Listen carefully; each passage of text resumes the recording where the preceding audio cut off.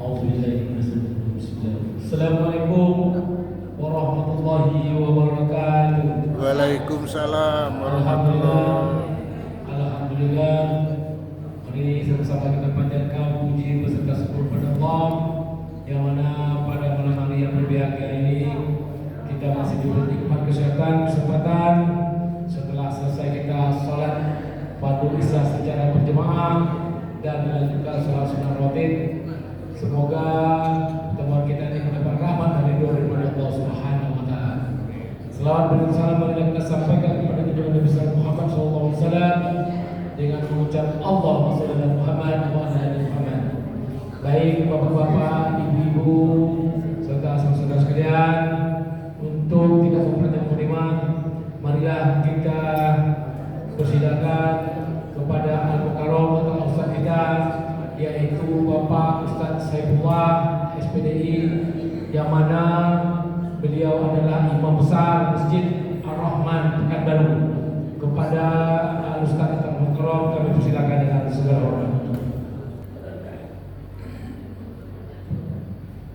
Bismillahirrahmanirrahim.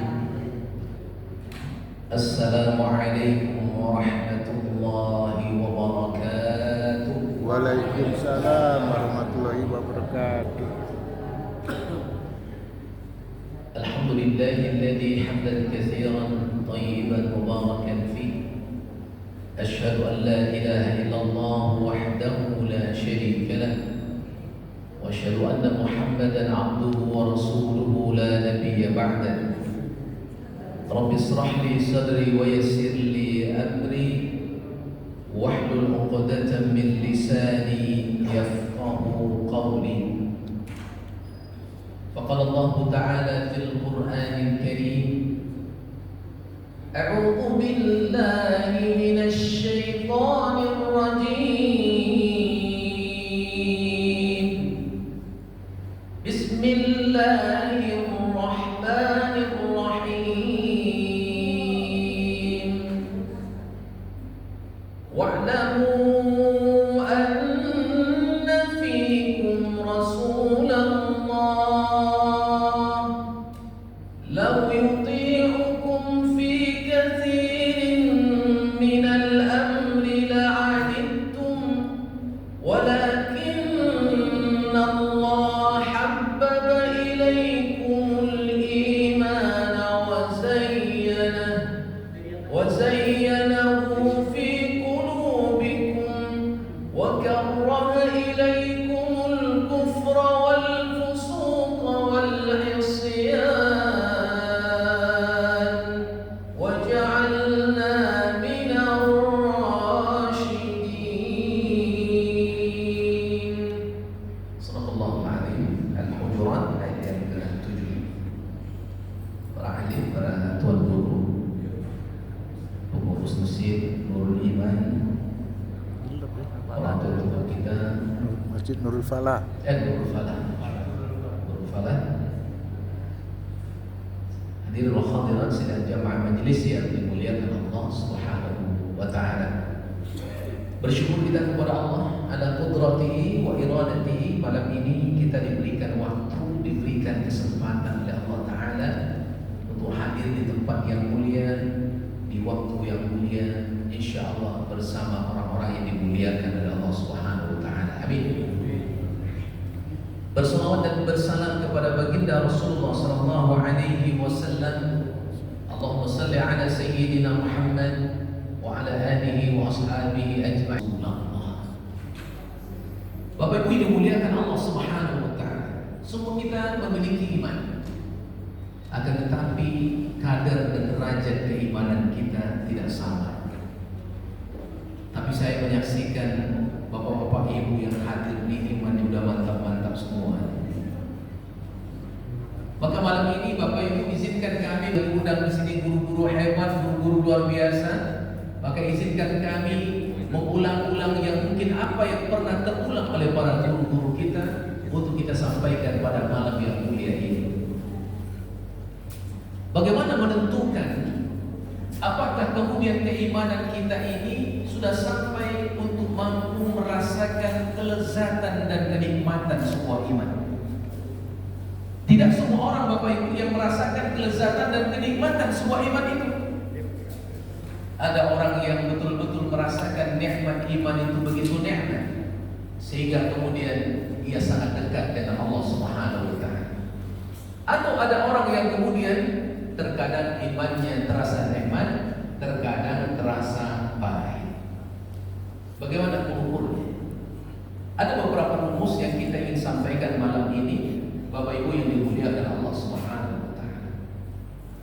Rumus yang pertama adalah untuk menentukan kadar keimanan kita terasa nikmat dan lezat itu adalah ar-ridha bi qada'illah, yakni menerima segala keputusan Allah. Ridho ini sulit atau mudah?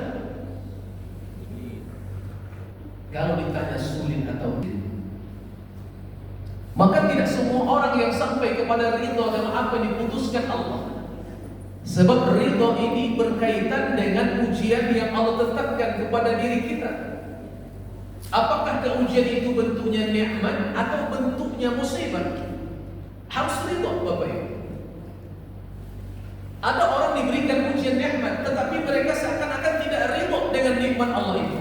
Justru nikmat yang banyak yang Allah beri tidak mengenalkan mereka lebih dekat dengan Allah. Ada orang seperti ini? Di sini tidak ada. Ya Pak ya? Ada nggak orang yang makin kaya makin sombong? Ada? Ada. Makin kaya makin tak kenal Allah sang pemilik nikmat itu sendiri. Ada? Ada. Kalaupun ada zaman sekarang, itu hanya mencontoh orang-orang dahulu yang sudah juga Allah tunjukkan tentang mereka. Siapa orang yang kaya yang tidak ridho kepada apa yang Allah berikan kekayaan itu? Qarun. Ya. Tetapi ada juga enggak orang yang sangat-sangat kaya, luar biasa kekayaannya, kekuasaannya begitu hebat, ilmunya begitu canggih, tapi makin kenal dengan Allah. Ada? Ada. Siapa dia? Sulaiman. Ya kan? Kendaraannya aja angin, rakyatnya bangsa jin dan bangsa manusia. Istananya terbuat dari intan berlian. Sulaiman alaihissalam, dia hanya mengatakan, "Hada min fadli Rabbi liyabluwani ashkur am akfur." Semua ini adalah karunia dari Allah. Allah hendak uji aku, apakah termasuk aku ini orang yang bersyukur atau orang yang kufur. Nabi Sulaiman orang yang pandai bersyukur. Maka doanya populer dalam surah An-Nahl 9. Surah apa lagi kita Bapak? Apa doa Nabi Sulaiman itu?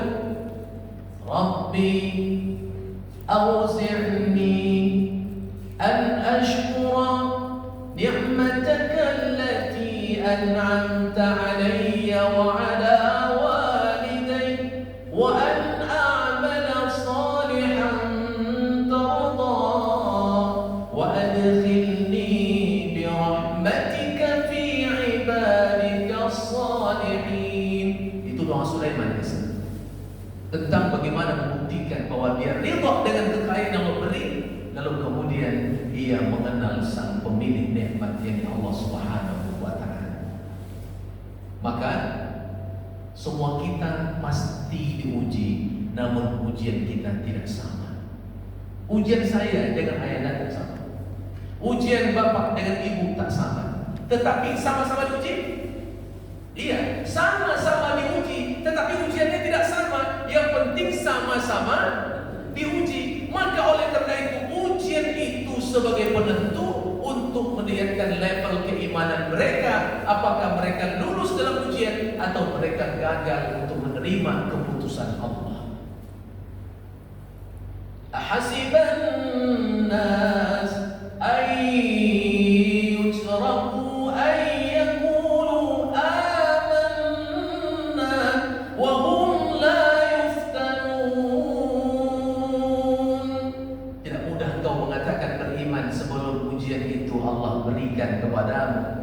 Wa laqad fatanna alladhina min qablihim fala ya'lamanna alladhina sadaqu wa la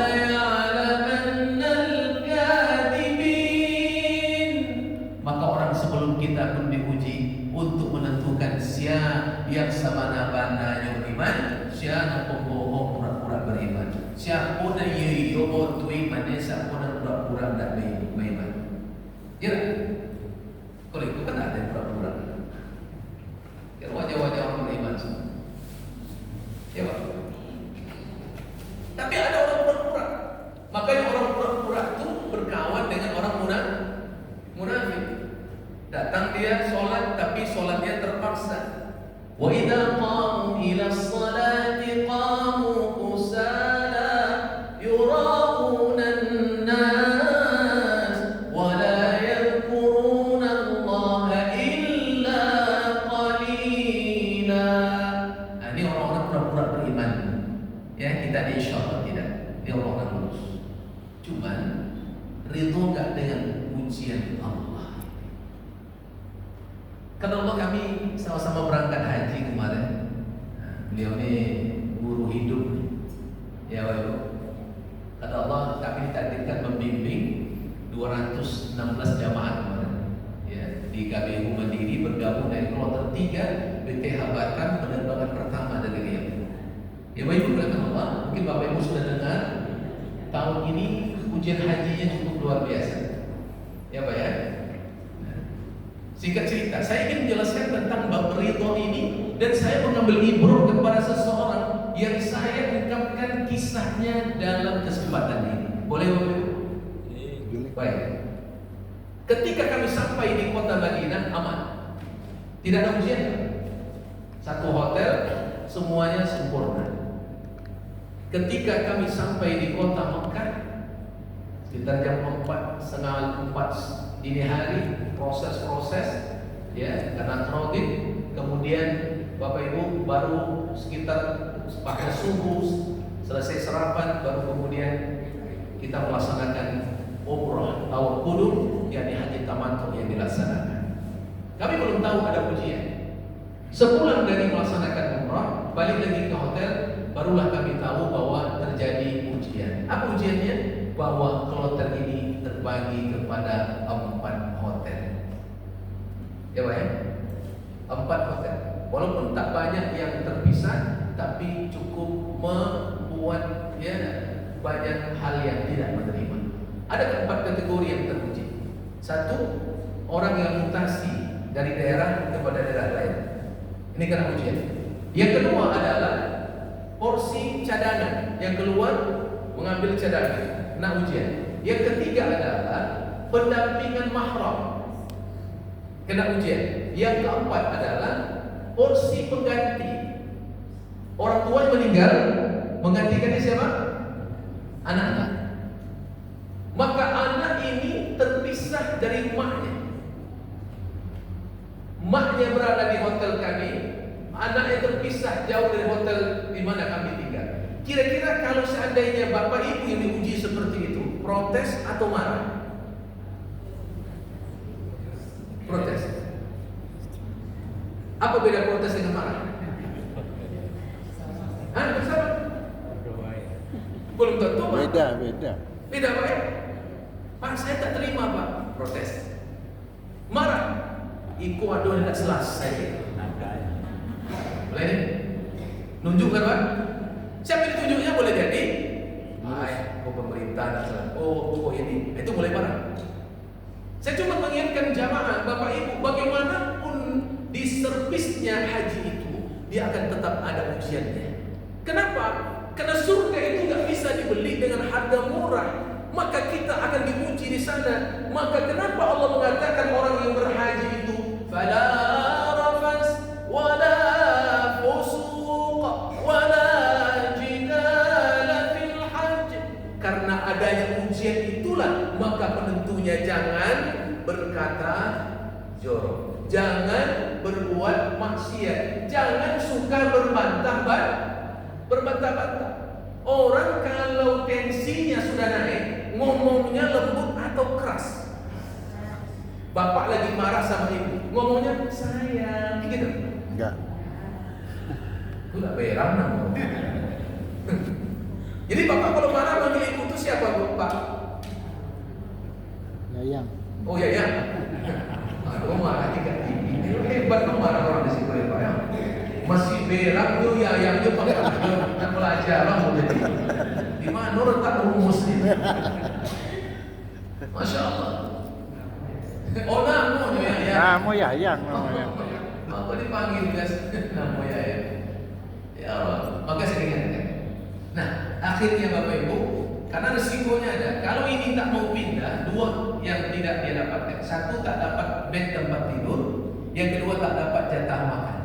karena kita makan di hotel sana. Tapi akhirnya dialog, diplomasi petugas, ya kami akhirnya kemudian yang anak dari orang tua tetap bisa diselamatkan di satu hotel. Alhamdulillah. Mutasi ini nggak bisa diselamatkan. Maka adalah suami istri yang beliau ini porsi pendaftarannya di Pulau Meranti Selat Panjang, pindah ke Pekanbaru, masuk dalam kloter 6, rombongan 6, saya bimbing itu. Beliau pun kena ujian. Suami istri terpisah, hotelnya jauh dari hotel. Suami istrinya terpisah berdua dari kloter induk dan saya tak bisa membimbingnya. Nah, di sini saya belajar bab ridho tentang orang ini. Ya Pak, tidak apa-apa saya kisahkan. Ketika beliau pertama kali diuji, ya duduk di lobi hotel tuh, saya datangi beliau, Ayanda, mohon maaf ya Ayanda masuk dalam porsi orang yang diuji. Sambil senyum apa jawabnya? Alhamdulillah Ustaz, mungkin ini cara Allah untuk mengukurkan dosa-dosa kami. Jawabannya itu sejuk gak? Kok 3.000? Kadang-kadang kita suami istri ini Pak, bapaknya sudah terima, tapi ada kadang pembisik di samping. Masa abang terima aja Bang? Ada enggak wanita yang seperti ini pendamping kita ya? Nah, sini tak ada, ini orang-orang baik semua nih. Ini wanita-wanita ahli surga semua nih, enggak ada yang begitu. Ya kan? Ya Allah. Senyum, istrinya pun senyum satu paket. Ketika beliau berdua memberikan respon yang sama, saya ingat langsung kepada hadis Nabi. Ya Imam Bukhari, apa kata Rasulullah SAW? Innamas sabru 'inda sadaqatil ula. Sabar yang paling tinggi itu kata Nabi adalah pertama sekali diuji, dia kembalikan kepada Allah. Ya Pak ya, ini berat, bukan mudah. Kami sudah dapat kamar. Beliau ba'da Isya baru kemudian dibawa ke hotel yang bersangkutan. Selama itulah beliau berada di lobi hotel itu. Wajahnya tetap senyum, tidak protes. Harusnya beliau itu punya peluang untuk protes Bapak Ibu. Karena beliau ini secara strata sosial bukan orang-orang biasa. Beliau ini sudah 5 periode anggota dewan. Masih anggota dewan sekarang. Dengan keanggota dewanan dia itu masih ada nggak kira-kira peluang dia untuk ego? Di pejabat nih, ya nah, terpancing harusnya emosinya, tetapi justru tidak. Dengan itu justru dia mengatakan, Ustaz, mungkin ini cara Allah untuk mengukurkan dosa kami. Setelah dia dipindahkan, satu hari setelah itu kita tanya, Assalamualaikum ayah. Waalaikumsalam. Apa yang terjadi di sana ya? Keadaannya seperti apa? Jawabannya beliau luar biasa. Apa kata beliau? Alhamdulillah Ustaz, haji reguler terasa haji plus. Tambah kepo, tahu kepo? Pengen tahu saya. Tadi sudah dipuji, Alhamdulillah ini cara Allah mengukurkan dosa kami. Ini sudah dipindahkan. Jawabannya masih Alhamdulillah. Alhamdulillah Ustaz, haji reguler terasa haji. Saya tanya, apa maksudnya? Dia bilang begini, Alhamdulillah Ustaz, Allah takdirkan kami berdua sekamar suami istri. Mana ada haji reguler sekamar suami istri? Sekamar suami istrinya bukan 2 malam loh Pak. Sampai selesai haji pulang ke Indonesia. Ketika beliau menyatakan seperti itu, saya ingat hadis Nabi SAW. Apa kata Nabi SAW? Inna 'idhamal jazaa ma'a 'idhamil bala. Wa inna Allah ta'ala idza ahabba qauman ibtalahum faman radiya falahu ridha faman sakhita falahu sukhti. Kata Nabi SAW, besarnya balasan yang akan diberikan Allah kepada seorang hamba itu tergantung besarnya ujian yang Allah titipkan kepadanya. Maka Allah mengatakan, kalau Allah sudah cinta kepada hamba, Allah puji hamba itu. Apabila hamba itu ridha dengan ujian Allah, maka Allah pun ridha kepadanya. Bagi Allah mudah nggak untuk menjadikan dia 2 sekamar? Istizir. Simple, sangat mudah. Walaupun aturannya nggak ada, tapi yang maha mengatur siapa?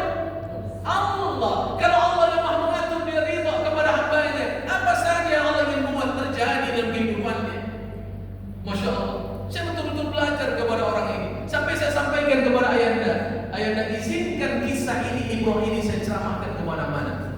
Kami nggak merasa, Ustaz kata. Ya, yang kita merasa saya yang menjadikan ibrah dan pelajaran besar dari sikap dan apa yang beliau lakukan. Bisa kita seperti beliau? Bu? Bisa seperti suami istri ini? Benar insya Allah ini? Benar? Kita uji malam ini. Ya Bu, insya Allah Ibu ya. Kita uji. Baik. Ibu pergi wirid. Terbawa dompet, pitinya agak 2 juta isi. Agak risau Rasul. Suami mau pulang ke rumah. Ibu titip dompet tadi kepada suami. Sampai tiba di rumah ibu tanya, Bang, dompet pinti dan titip tadi di mana letaknya Bang? Dicari-cari dari orang suami, di mana tadi nih? Astagfirullah. Mungkin terjatuh di jalan deh. Apa kata ibu ke laki ibu?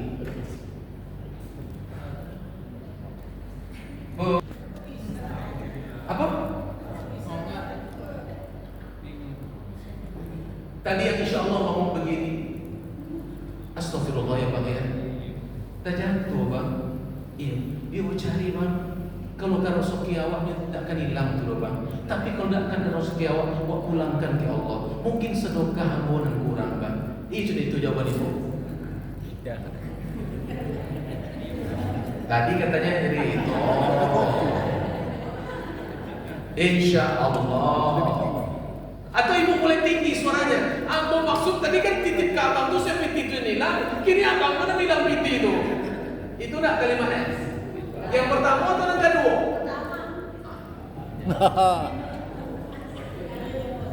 Kalau mau deko, ilmu jamaah di situ tidak perlu acuk-acuk diundang Ustaz. Lama mantap. Ngaji pula lulus. Ya Allah. Maka Rasulullah sallallahu alaihi wasallam mengatakan, orang yang apabila ridha dengan keputusan Allah itu, mereka itulah orang yang memiliki kekayaan yang paling kaya. Apa kata Nabi? Warda bima qasamallahu laka takun awnan nas. Jadilah kamu orang yang paling ridha kepada keputusan Allah, maka engkau akan menjadi orang yang terkaya. Kadang-kadang ending ridha kita itu dari akhir. Ada sebuah kisah yang menarik, dan kisah ini kisah kehidupan seseorang yang saya baca, dan dia menuliskan ini kisah kehidupan saya dan ini jadi ibrah dalam kehidupan. Bapak ini memiliki seorang anak yang anak ini sangat brilian otaknya. Dia sekolah di SMA Plus, nilainya bagus, maka kemudian ayah ini tamat ITB. Apa kata sang ayahnya? Nah, ayah ingin kami juga kuliah di ITB sebagaimana Bapak dulu kuliah, ayah kuliah. Maka ambillah peluang itu. Anak ini alhamdulillah anak yang ngaji di sekolah, ngaji kegiatan agama dia ikut, paham dia tentang agama, ya dia ikut kalimat ayahnya, ya. Karena ayahnya mau menggambarkan, ayah tamat ITB, dan tengok ayah hebat kan, bisa punya jabatan di perusahaan jadi, ya direktur, ya kamu juga harus seperti itu, ya kayak ayah. Setelah ikut tes Bapak Ibu, beberapa orang di SMA itu ikut tes, teman-temannya lulus. Hanya beliau yang tidak lulus. Kira-kira sikap Bapak kalau punya anak seperti itu, apa Bapak katakan kepada anak Bapak? Udah anak, mungkin bukan itu yang terbaik untuk. Betul? Tengok dulu orang ini. Tapi kalau orang-orang di situ yakin apa? Kalau wajah-wajahnya hati yakin apa? Si Bapak tidak terima. Nilai bukan bagus. Masa kau gak lulus? Wah, dia udah beres di kampus ini. Anak paham. Udahlah ya, Pak. Mungkin bukan ini yang terbaik untuk hamba. Allah punya rahasia yang lain. Oh, tidak bisa. Memenuhlah anak di kampung seminggu, 2 minggu, risau ayah. Pas temannya di Jakarta, ya, punya perusahaan besar, lagi membutuhkan supir pribadi. Anak ini pada nyetir. Aku kata ayah, kalau mana-mana di kampung nak jalan, bayanglah Jakarta kan. Aduh ayah apa tuh punya perusahaan kadang, dia butuh supir, jadi supirnya jadi hilang. Dia anak tuh patut, mungkin itu yang terbaik untuk Allah, oleh Allah untuk saya. Dia prasangkanya positif di Allah, tak pernah negatif. Jadi supirlah anak nih, jadi bawahnya siapa? Big boss, ya Pak, punya perusahaan besar. Anak ini sudahlah adabnya baik, akhlaknya baik, jatuh hati bapak dan nengoknya. Ada pekerjaan di perusahaan itu yang dikasihkan job kepada beliau. Nah, papa melihat kamu yang baik, potensi, hebat, cerdas. Kan tidak mungkin kau selama jadi supir bapak. Mulai kau kerja di perusahaan bapak. Iya pak, kalau itu yang terbaik. Ya kan? Kalimatnya itu loh. Iya pak, kalau itu yang terbaik. Akhirnya dia evaluasi besar bapak. Bagus, proyeknya makin bagus, jabatannya yang dipegang itu membawa manfaat bagi perusahaan. Akhirnya kata Allah, dalam waktu yang singkat, bahkan 4 tahun kemudian, anak ini pemegang penentu dalam perusahaan. Bapak Ibu, maka ketika teman-teman yang tamat ITB melamar pekerjaan di perusahaan itu, anak ini yang menentukan anak ini diterima. Ya. Begitulah cara Allah. Kalau kita ridho, walaupun kadang-kadang terlambat janji kita ini, tapi ternyata Allah punya rahasia terbaik dari apa yang Allah ujikan kepada kita. Maka jangan pernah menyalahkan Allah, atau jangan pernah menyalahkan orang lain, karena terkadang dalam ketersalahan orang itu ternyata membawa berkah bagi kita. Ada dalam kehidupan yang begitu, Pak.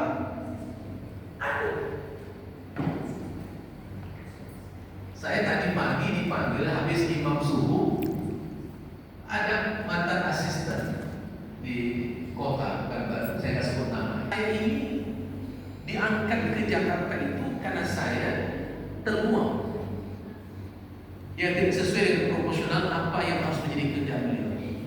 Tapi akhirnya saya tahu hikmah kenapa Allah menjadikan saya harus di posisi itu.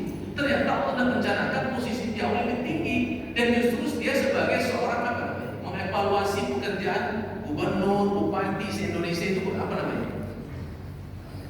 Inspektorat bukan? Inspektorat. Apa namanya? Itulah kerjanya. Dan apa kata beliau? Ternyata rasul membawa nikmat yang jauh lebih besar daripada apa yang dia sangka. Itulah caranya Allah Subhanahu wa taala. Nah, oleh karena itu Bapak Ibu yang dimuliakan Allah Subhanahu wa taala, maka mari kita merasakan ridho kepada keputusan Allah itu harus diletakkan di pertama. Siap Bapak Ibu? Dapat nih 2 juta. Insyaallah ya, bisa. Kita belajar. Ya. Silakan Pak diminum kopi teh. Kalau resiko jadi ustaz itu terakhir. Luar biasa. Ya Pak ya. Iya. Bapak Ibu dimuliakan Allah Subhanahu wa taala. Ini yang Kopi. pertama. Mana? Yang kedua, bagaimana mengukur iman seseorang itu lagi baik? Kopi. Yang kedua, kata ulama adalah mampunya dia merasakan lezatnya sebuah ibadah dan pahitnya sebuah maksiat. Ini beratnya. Saya selalu katakan di mana-mana. Mana yang lebih berat Bapak? Menjalankan ketaatan atau meninggalkan kemaksiatan ini? Mana yang lebih berat? Menjalankan ketaatan atau meninggalkan kemaksiatan? Meninggalkan kemaksiatan. Adakah orang yang sudah rajin ke masjid, lisannya masih suka gunjing? Ada? Ada. Adakah bapak-bapak kami ini yang rajin ke masjid tapi masih pemberak kami ini? Ada? Nggak ada. Nggak ada. Di sini ada. Ya.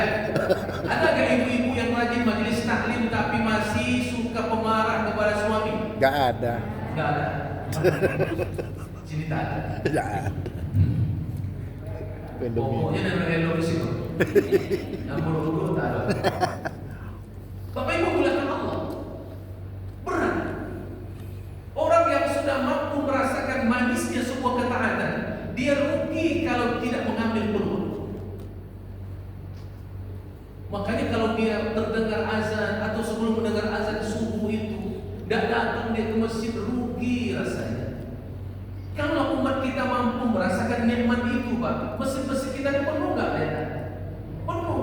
Tapi tak semua orang mampu merasakan itu. Masih ada orang merasakan manisnya tidur dalam selimut yang tebal itu dan kasur yang empuk itu.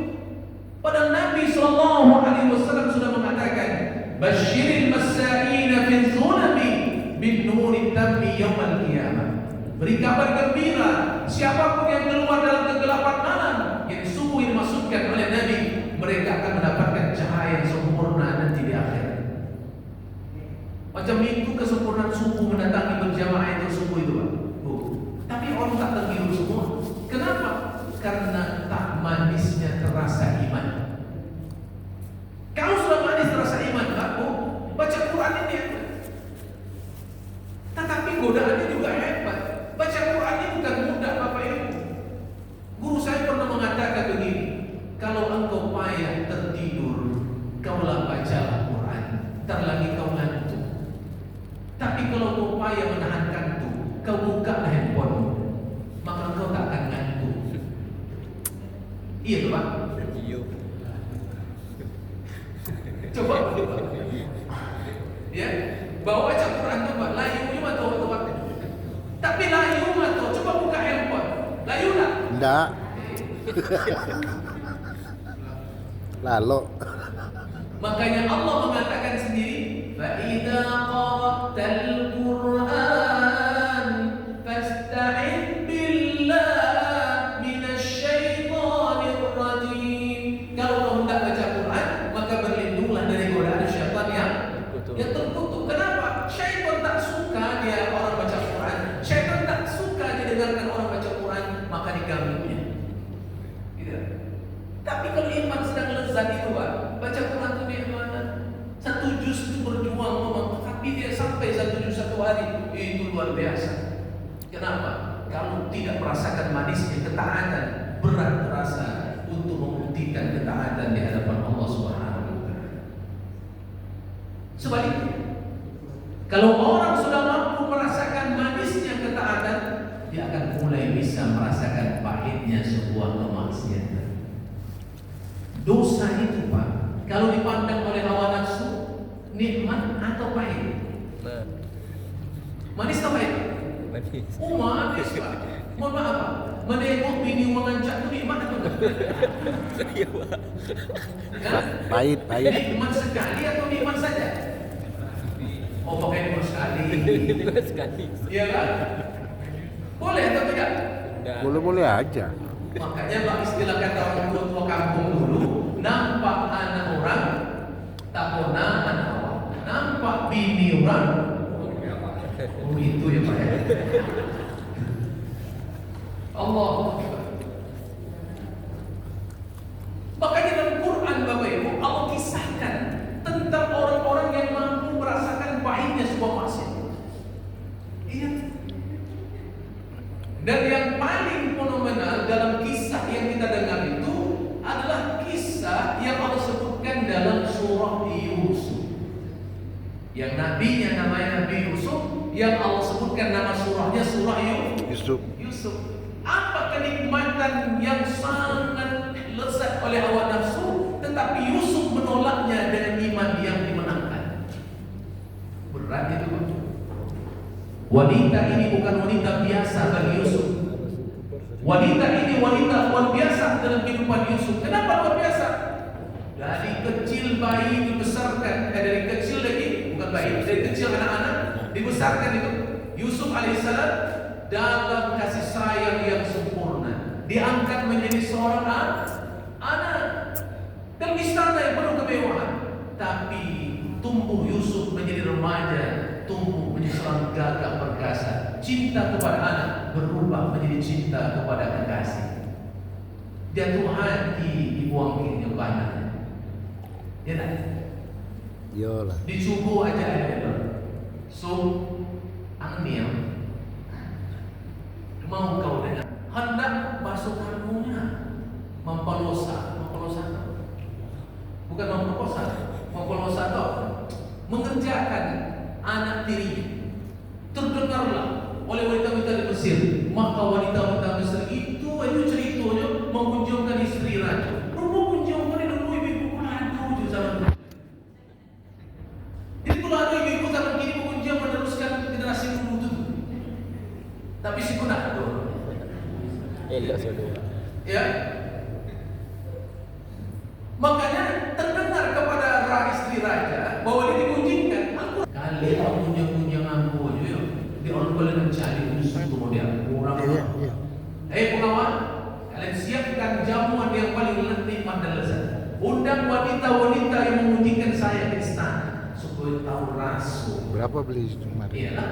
2 juta lebih. Diundang, disiapkan makanan lezat, disiapkan buah disiapkan mie, 25. pisau yang tajam kan gitu kisahnya. 128. Sudah disetting oleh saya, langsung bekoti kurang tu, angin di kamarnya, lewat anak sebentar dapat nyoy dia. Yang kata Yusuf, ketika wanita itu sudah duduk di kursi mewah itu, buah sudah di tangan, pisau sudah mulai diarahkan ke buah. Apa kata istri raja? Silakan nikmati wahai jamu tamu-tamu. Ketika sedang mengiris buah itu, langsung lewat sebantai. Yusuf lewat? Putus semua. Apa kata orang? Putus semua. Siap. Lima seger mesti. Belalang atau Yusuf jalan dulu. Putus dulu. Ketika sudah selesai, Sultan masuk. Yusuf masuk. Lalu apa kata istri raja? Tahukah kalian tadi yang lewat itu siapa? Apa kata mereka? Hada malakun karim. Iku nak kurang bodoh, wahai istri ratu. Iku malaikatku. Apa kata istri raja? Itulah Yusuf yang kalian kunjungkan ambonya. Kalian baru sekian detik menit melihatnya. Tangan kalian akan miri. Ambo di malam di hari mencari mana tahu mana tahu itu bahasa terjemah saya Pak. Jangan bapak cari itu Quran mana tahu ada loh. Ustaz ini mengerti mana tahu. Tidak ada bahasa Quran itu, saya menyajikan informasi supaya paham. Ya Bu. Sejak itulah wanita-wanita Allah mengunjung lagi. Rupanya mengunjung ke baru berhenti kalau ada hukuman dari tangan pisau. Biar besar mukanya. Ya nak. Akhirnya tidak bisa juga dengan rayuan dipaksa Yusuf.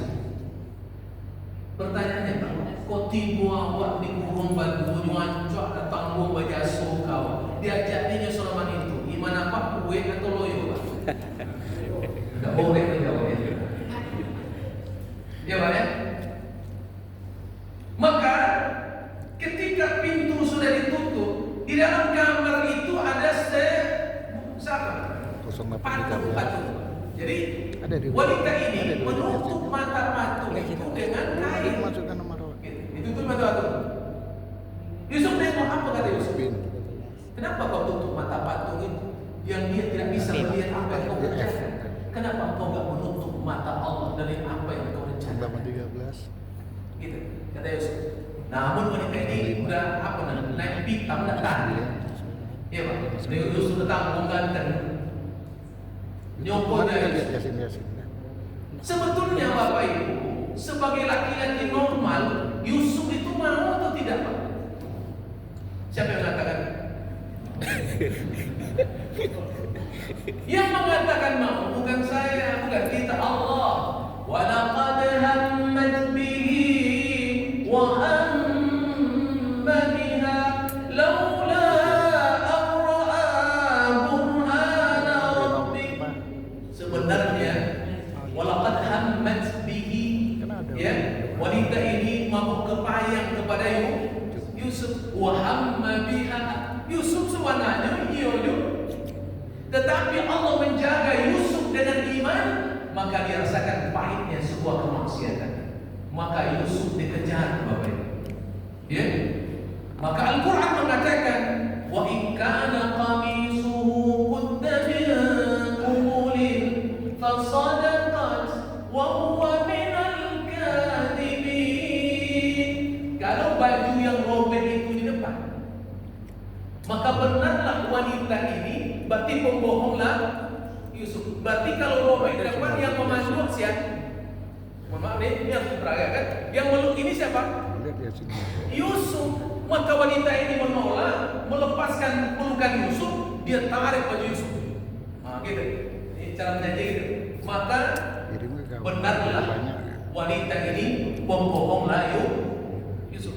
Tetapi kata Quran, wa in kana qamisuhu qudda min duburin, ya, fakazabat wa huwa min as-sadiqin. Kalau baju yang robek itu dibelah, maka pembohonglah wanita ini. Maka yang benar adalah Yusuf. Berarti Yusuf dikejar. Kan tak mungkin Yusuf nak memeluk tapi ngikut. Hah? Banyak orang malu pas belakang gitu. Hah? Kan tak malu tu. Berarti dia mau meluk Yusuf dikejar, akhirnya baju rapi belakang. Bapak ibu, ketika akhir Yusuf disidang, dibawakan alat bukti persidangan, baju yang robek itu di belakang. Tetapi kekuasaan berpihak pengadilan itu kepada Yusuf atau kepada istri raja. Penyimpangan hukum dalam keadilan sejak dulu sudah ada juga. Orang sekarang hanya meneruskan saja. Ya Pak, itu bukti persidangan, alat buktinya Yusuf yang benar Pak. Tapi karena kekuasaan bersifat berpihak kepada istri raja, maka yang dihukum salah siapa? Yusuf. Dia ada butuh-butuh. Tapi apa kata Yusuf? Ada semua. Ya Pak. Qala Rabbi as-sijnu ahabbu ilayya mimma yad'unani ilayhi. Ya Allah, penjara ini lebih aku sukai, lebih aku cintai ketimbang aku jatuh dalam pelukan wanita ini. Walaupun nikmat tapi tak halal bagiku, maka penjara walaupun berat pada zahir tapi nikmat bagiku karena ini yang engkau ridhoi.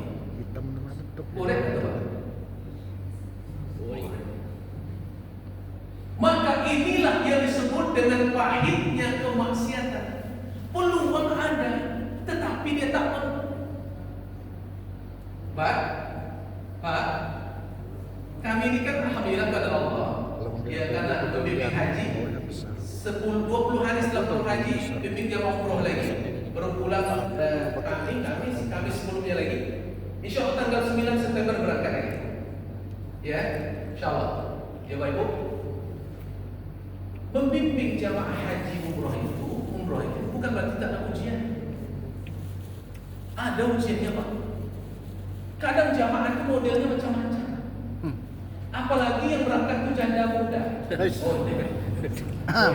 Ada minat nampaknya. Iya Ustaz. Berat. Karena kita laki-laki ini Pak tidak hancur oleh harta, tapi mampu oleh yang pura-pura. Al-Quran mengatakan posisi kecintaan kepada wanita bagi laki-laki itu nomor 1 letaknya Pak. Zuyyina lin-nasi hubbus syahawat minan nisa wal banin wal qanatiril muqantarati minadh dhahabi wal fiddah wal khayl wal musawwamati wal an'ami wal harth dzalika mata'ul hayatid dunya wallahu 'indahu husnul ma'ab. Di antara deretan nikmat dunia yang Allah sebutkan itu hubbus syahwat minan nisa bagi kita laki-laki nomor 1. Makanya Nabi ingatkan, fattakun nisa fa inna ahlaka bani Israil bin nisa. Hati-hatilah kau dengan wanita karena Bani Israel hancur karena wanita. Biasanya umpan kalau untuk supaya laris gojek apa macam-macam lah, itu disodorkan biasanya apa yang lebih dominan Pak? Lontong. SPG loh. Saya lontong. Lontong siang atau malam? Untuk malam. Ya Pak, ya mohon maaf nih, sampai terbuka. Makanya hati-hati, berat dong. Apalagi rusak-rusak model kami ini tua banal, kudus ketik na ya Allah. Ya tak? sampai 27. Masih muda. Berat. Maka saya paling mawas kalau mengajak mau membimbing jamaah itu. Ada pokoknya gadis atau janda manggilnya begini, Ustaz. Nah, itulah pahamnya. Jangan diperturutkan. Kadang-kadang dia ingin diservis lebih. Panggilan wanita ini kalau lain nadanya, merotinya apa? Hati-hati maksudnya. Iya kan? Itu bukan halal, ini haram. Suatu kali saya bawa janda muda dari Batam. Iya, dia punya ujian dalam rumah tangga. Ya, untung ada ibu angkatnya yang berangkat, maka saya bisa mendengarkan curhat dia karena ada ibu angkat. Kalau nggak ada, nggak berani. Tibu di muka tas hasil lu dan lu. Tentu awak Ustaz dan mencari. Sampai istilah kawan-kawan, kalau nenggain hilang lambi aja dulu sampai cari. Nah, ini ujian ini Pak. Saya cari alhamdulillah ketemu. Saya bilang ke beliau, kakak, saya bilang dia masih di bawah, jauh lebih muda lagi. Tapi saya manggil kakak. Kakak, tahu kan hotelnya? Tahu Ustaz. Kakak duluan, saya bilang. Gak sanggup saya beriring jalan. Fitnah. Berat. Ya, Ustaz juga Manusia. manusia. Ada. Iya kan Pak? Iya. Jangan dibuka jalannya. Makanya Allah katakan, kenapa dalam bab ini Allah katakan wala taqrabuz zina. Jangan kau dekati zina. Allah tak sebutkan jangan kau lakukan zina, tak begitu bahasa Quran. Jangan kau dekati. Makanya kenapa Adam diingatkan Allah, jangan kau makan, tidak begitu kata Allah. Wala taqrabuz hadhihi syajarah. Jangan kau dekati bawahnya. Jangan dimakan, tak begitu kata Allah. Tapi jangan kau dekati pohonnya. Kenapa? Kalau kau dekati kau lewat di bawahnya. Gitu. Begitu bahasa Quran itu. Makanya hati-hati. Berat, Masya Allah. Berat. Dulu saya suka melayani curhat di ibu. Tapi sejak beberapa tahun terakhir ini saya tak lagi melayani curhat di ibu. Saya serahkan kepada ustaz-ustaz yang siap, yang punya double guard dan benteng yang kuat. Contoh gini, dia memberani diri Ustaz ini, saya melayani konsultan keluarga. Berarti dia bentengnya udah kuat. Ya Pak. Sebab kalau ibu-ibu ini curhat kepada Ustaz, persoalan curhatnya persoalan siapa?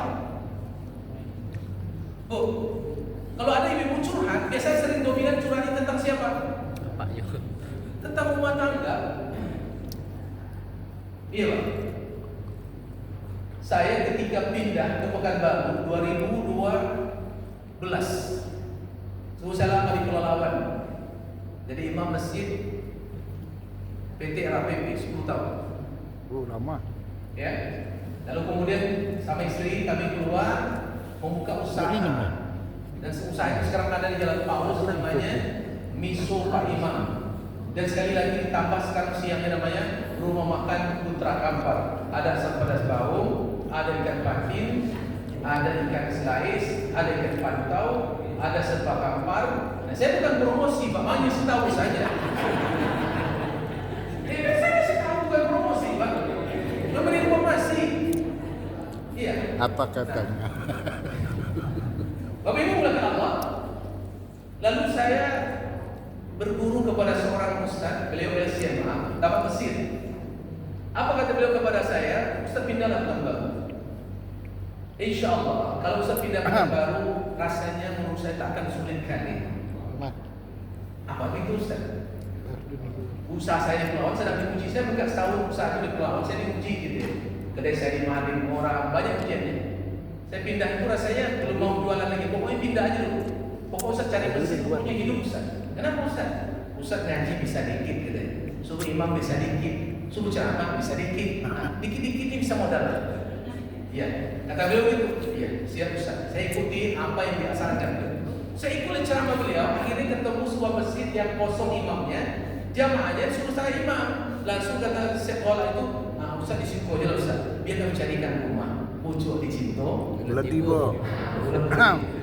Aku tak pindah dia kan? Alhamdulillah. 2 tahun saya di situ. 2013 2015 ada tes imam paripurna Muharram. Sampai sekarang, cuman beda sekarang ayatnya. Saya ini 2023 sampai sekarang hanya pengabdian saja. Saya nggak full lagi jadi imam karena harus bolak-balik ke tanah suci membawa jamaah. Ya Bu, yang mulia dengan Allah SWT. Jadi apa kata Ustaz itu? Masih ingat saya? Nasihat beliau ke saya, Ustaz, ya. Tapi saya ingatkan dari sekarang. Ini sampai jam berapa dia? Suka Sampai selesai, Ustaz. serah. Orang gitu video ya kan? Ustaz kata beliau, satu yang saya ingatkan ke antum, saya yakin nanti kalau antum berdakwah, antum itu tidak diminati oleh bapak-bapak.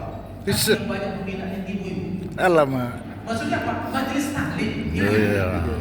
Jangan salah, apa nih salah? Majelis taklim ibu-ibu. Kan banyak ibu-ibu yang pengajian kan? Yo lah. Tidak bisa dipungkiri itu, ya kan? Jadi tapi pesan saya hati-hati. Terkadang Ustaz, tak semua niat ibu-ibu itu ngaji itu betul-betul mau ngaji. Kata beliau nih, apa kau golak? Jadi saya punya kisah kata beliau. Ini beliau kisah. Saya ceramah lah kemana-mana. Kata Ustaz saya nih, setiap saya ceramah dimanapun di Pekanbaru ini, ibu itu selalu hadir di pengajian saya. Oh, mantap. Mantap. Aku selesai sini toko lah. Satu kali saya buat kajian di hotel, beliau juga hadir. Dan satu kali beliau punya kesempatan untuk mendekat kepada saya, lalu kemudian bilang begini, Ustaz, mohon maaf Ustaz, sebetulnya saya sudah lama ingin bertanya kepada Ustaz, tapi belum punya kesempatan. Mungkin ini kesempatan yang terbaik untuk saya bertanya. Boleh saya bertanya Ustaz? Kata jawab ibu-ibu.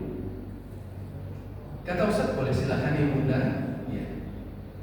Mohon maaf Ustaz kalau bertanya saya agak lancang kepada Ustaz. Apa itu Bu? Salah tak Ustaz?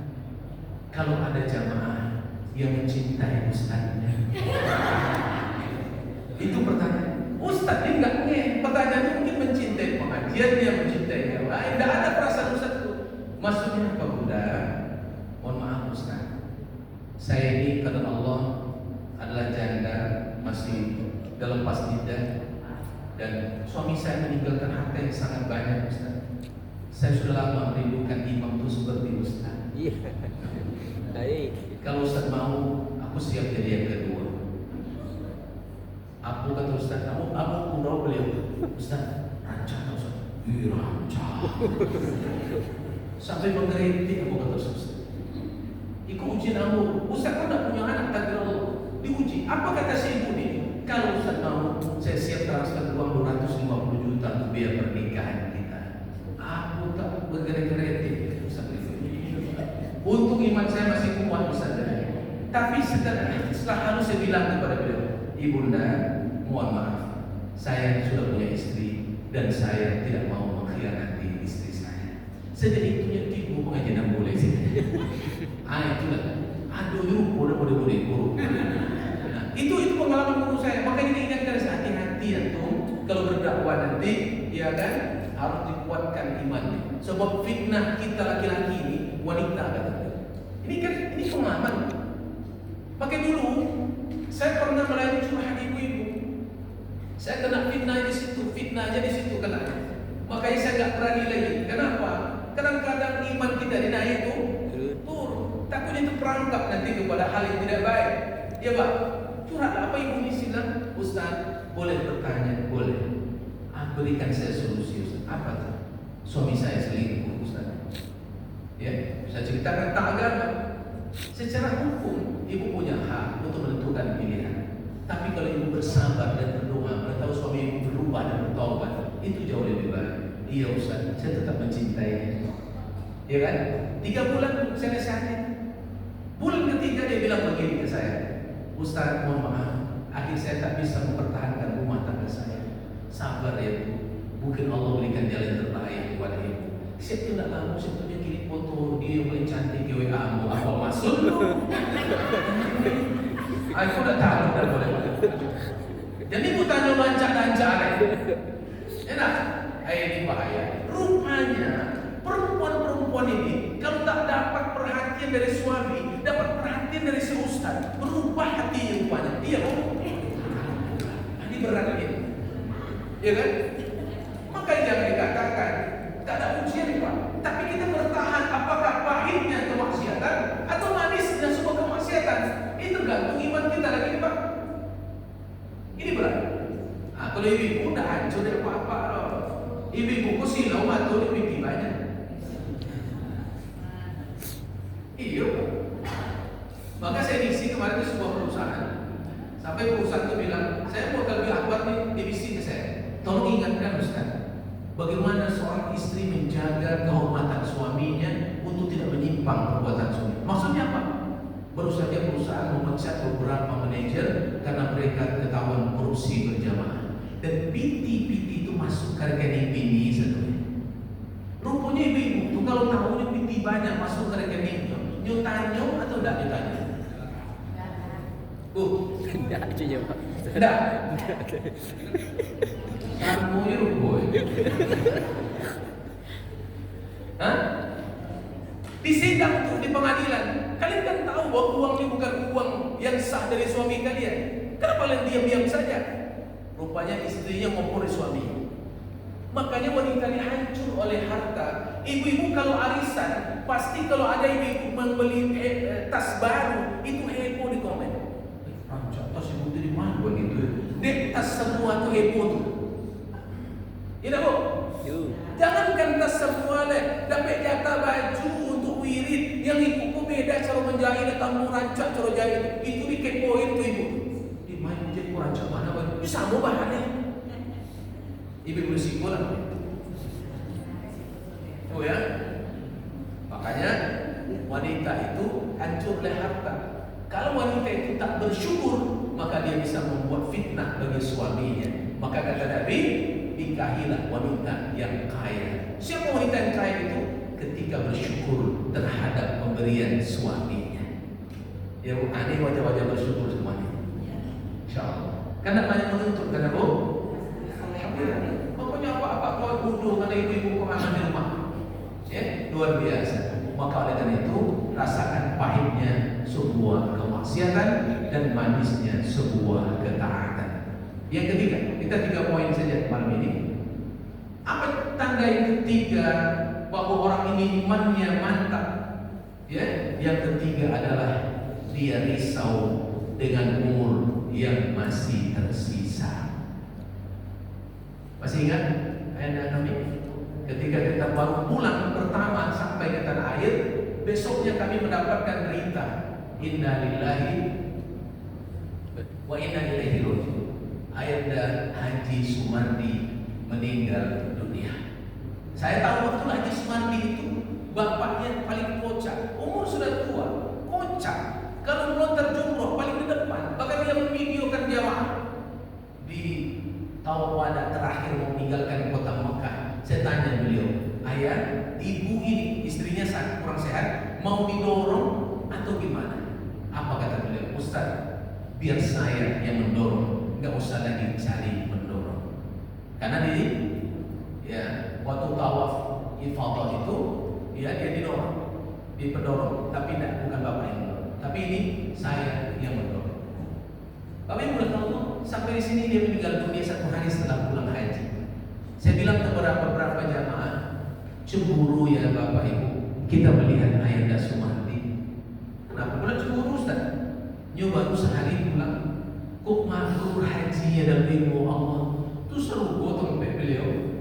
Sementara kita yang masih hidup sampai sekarang masih banyak berpeluang untuk maksiat dan dosa. Beliau tak dikasih lagi Allah untuk bermaksiat karena beliau langsung diambil oleh Allah Subhanahu wa taala. Awak yang pulang haji kok banyak dosa pada ini. Jadi aku ini.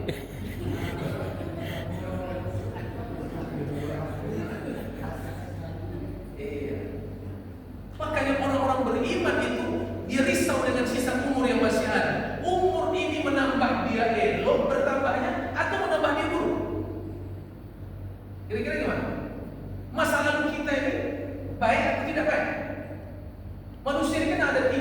ada 4 keadaan ini. Awalnya baik, akhirnya baik.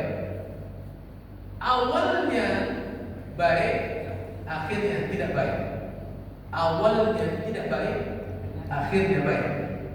Awalnya tidak baik, akhirnya tidak baik. Kita yang mana? Awal baik, ya ulun. Emang waktu ulun udah ada malam jamu kau. Mengatakan kau buka wanita tapi jalan tak ada ya. Hah? Malam cium ayam bukan malam-malam dipanggang sama ada ya tak? Aduh. Hah? Sekali. Menggaduh lebih ni orang? Ya. Kalau kita tak dapat awal baik, akhir baik, tak apa-apa. Yang penting awal tidak baik, akhirnya menjadi baik. Kapan kita menentukan akhir yang terbaik itu? Sekarang. Iya kan? Ada jaminan ibu sampai lagi pulang ke rumah malam ini? Tidak ada bisa menjamin sampai lagi pulang ke rumah. Jangankan sampai besok. Sehingga Allah katakan, وَمَا تَدْرِي نَفْسٌ مَاذَا تَكْسِبُ غَدًا وَمَا تَدْرِي نَفْسٌ بِأَيِّ أَرْضٍ تَمُوتُ. Kalian tak tahu apa yang terjadi besok, dan kalian tak tahu di mana kalian akan dimatikan Allah. Tugas kita adalah menambah poin kebaikan di setiap umur yang bertambah. Karena doa kita, ya Allah, husnul khatimah, jauhkan kami dari su'ul khatimah. Dan begitu doa kita. Tentu kalau kita ingin menjadi husnul khatimah, perbuatannya harus juga baik. Kalau kita ingin membebaskan diri dari su'ul khatimah, tinggalkan yang mengantarkan kepada su'ul khatimah. Kadang-kadang awak itu terbalik, Pak. 1 jam. Ya, makan nak lomak kojo nak pemalik, masuk suruh nak copet amal tidur. Mana mungkin? Kalau kita ingin sejalan mendapatkan surga, buatlah perbuatan di surga, tinggalkan perbuatan ahli neraka. Itu baru gentleman namanya. Ya kan? Ini tidak minta surga tapi dipojokan. Nak masuk surga juga didol boleh. Nak masuk surga tapi mampu. Nak masuk surga tapi berzina sampai mati. Bagaimana mungkin? Maka oleh karena itu, hari ini kesempatan itu masih ada sebelum nyawa sampai di kerongkongan. Makanya bahasa Al-Quran itu, ya ayyuhalladzina amanu wal tanzur nafsum ma qaddamat lighad. Ya ayyuhalladzina amanu taqullaha wal tanzur nafsum ma qaddamat. Kenapa Allah katakan maqaddamat lighad? Perhatikan sesuatu yang akan bisa untuk hari esok. Kenapa Allah katakan ghadan? Ibnu Katsir mengatakan kata ghadan itu tafsirnya adalah yaumil akhir. Tetapi kapan Allah enggak sebutkan wal tanzur nafsum ma qaddamat liyaumil akhir? Kenapa qaddamat lighad?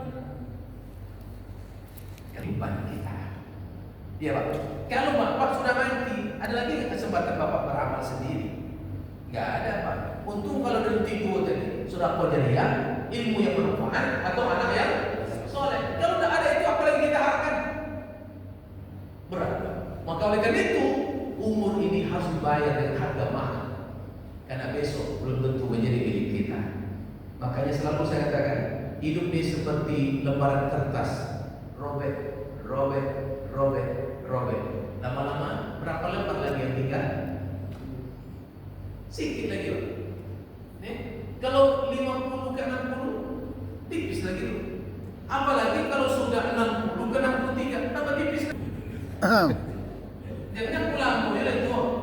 Nah, kalau boleh gigi lompong di kemana? 17 tuh Pak Ustadz.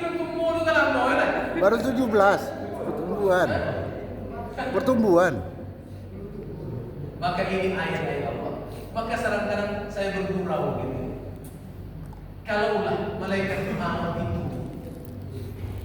megang handphone dan kemudian ada satu grup nomornya itu masuk ke grup WA, Nyukirin pesan dariku, awak berjalan ke pulang tabaco di rumah. Assalamualaikum warahmatullahi wabarakatuh.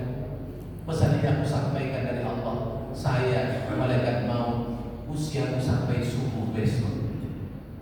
Kira-kira mau membaca SMS itu mengerentik atau mati toga? Hah? Masih bisa tak apa Allah dalam kau? Besok subuh masjid ini akan penuh dan pengurus pun heran. Orang tak nampak subuh, dia datang subuh besok. Bapak tanya, di mati kan? Itu rumah bapak. Tuh kok subuh lagi? Aku seminggu lagi kembali Pak. Besok kok mereka mau dia kabarin. Kalau cuma itu kabarin mungkin sobat orang satu ya Pak. Tetapi sebetulnya pesan malaikat maut itu sampai ke Bapak jauhilah putih. Itu SMS malaikat maut itu. Ya, jangan putih SMS malaikat maut. Apa pun dari SMS malaikat maut. Waktu putih 35 kotak. Allah do kau ikon yang boleh Pak. Allah dole. Kini lah kau ikon yang boleh. Apa kata malaikat? Saya orang tak mundur je lah. 87 anak lah kuliah. Ya tak? Usiamu sudah masuk pada usia kematangan untuk mempersiapkan masa depan menuju akhirat yang abadi. Maka jangan lagi terlena. Maka orang-orang yang iman yang mantap itu, dia punya prinsip untuk menjadikan umur yang tersisa ini adalah kesempatan terbaik untuk ia memperbaiki diri. Sholatlah saya sholat asar. Di samping saya ada bapak berdoa, nangis terseduh-seduh. Ya Allah. Saya sholat, saya tunggu. Kok bayi mana Pak menangis tadi Pak? Iya Ustaz. Aku kenapa Allah baru 2 hari Ustaz? Rasul itu bukan mati, ini terima taubat dari Allah. Saya bilang, kalau Bapak menangis ya karena Allah dalam taubat, Allah tersenyum oleh Bapak hari ini. Gitu. Masih punya kesempatan dia Pak. Dia merasakan nikmat ketaatan itu. Risau dia saya tak terampuni, tapi dia berharap Allah mengampuni. Maka saya besarkan jiwanya. Karena Allah membesarkan jiwa orang-orang seperti ini untuk berharap kepada keampunan Allah yang maha luas kasih sayang dan keampunannya. Maka tugas kita adalah hari ini membuat strategi kehidupan apa yang kita rancang hari esok untuk menatap akhirat yang sebentar lagi kita akan sampai padanya. Karena apabila kita telah wafat, maka tak ada waktu untuk remedial. Ya Pak? Bapak kalau anak kita nilainya merah di sekolah masih bisa ujian susulan Pak. Awak kalau sampai mati merah rapor awak di ujian susulan Pak. Sementara Al-Quran mengatakan banyak orang-orang yang besok minta ujian susulan kembali kepada dunia untuk buat prestasi terbaik dari nilai yang dipersembahkan kepada Allah. Tapi Allah akan diberi kesempatan. Wa qala rabbirji'un la'alli a'mal salihan fima taraktu kalla. Ya Allah, balikkan kami ke dunia ini. Kami ingin nak sempurnakan semua kekurangan kami terdahulu yang terlanjur terbuang dengan percuma. Kata Allah, bahasa saya terlambat sudah kau datang padaku. Assalamualaikum warahmatullahi wabarakatuh. Waalaikumsalam.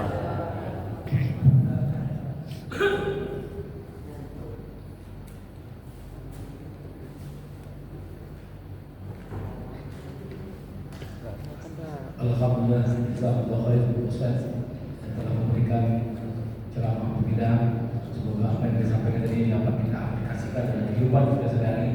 Kita tutup pertemuan kita dengan alhamdulillah. Wassalamualaikum warahmatullahi wabarakatuh. Waalaikumsalam warahmatullahi wabarakatuh.